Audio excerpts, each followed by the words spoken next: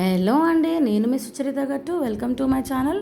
మరి ఈరోజు నేను ఒక different starter evening snack mushroom pakodi ఎలా చేయాలో మీకు చూపిస్తాను. సో ఇది టేస్ట్ అయితే చాలా బాగుందండి. నేను రీసెంట్గా బయట రెస్టారెంట్లో తిన్నాను. నాకు టేస్ట్ అయితే చాలా బాగా నచ్చింది. సో వెంటనే ట్రై చేసేసాను. సో మష్రూమ్ పకోడీ కావాల్సిన ఇంగ్రీడియంట్స్ ఏంటంటే 200 గ్రామ్స్ మష్రూమ్స్ తీసుకొని చిన్న ముక్కలుగా కట్ చేసుకోవాలి. ఆ తర్వాత ఒక బౌల్ తీసుకొని అందులో 2 టేబుల్ స్పూన్స్ బియ్యపిండి, 2 టేబుల్ స్పూన్స్ శనగపిండి, 1 tablespoon cornflour, 1/4 teaspoon salt,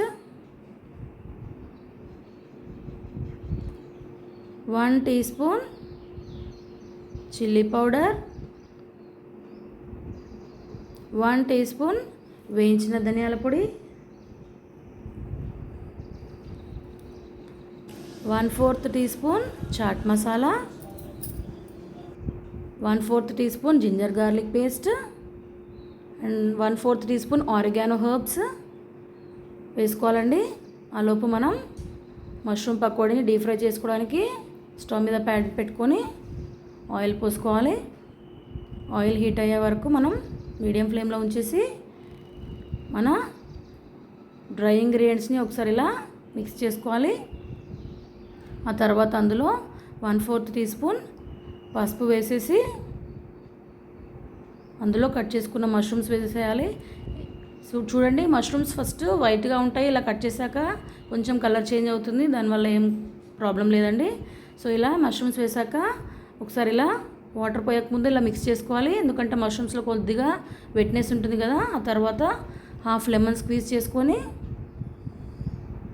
మనకి వాటర్ అడ్జస్ట్ చేసుకుంటూ ఇట్లా మష్రూమ్ పకోడీకి మనం ఆనియన్ పకోడీకి ఎలా తడుపుకుంటామో పిండి అలా తడుపుకోవాలి. ఆ తర్వాత ఆయిల్ హీట్ అయ్యాక ఒక్కొక్క మష్రూమ్ని ఇలా ఆయిల్లో వేసేసుకోవాలి. అంతే అండి.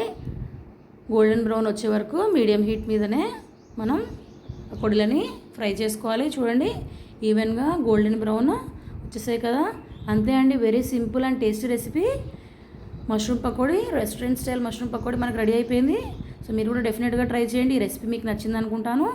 ఇంకా ఎవరైనా నా ఛానల్ని సబ్స్క్రైబ్ చేసుకోకపోతే వెంటనే సబ్స్క్రైబ్ చేయండి. Keep watching for more videos. Thank you.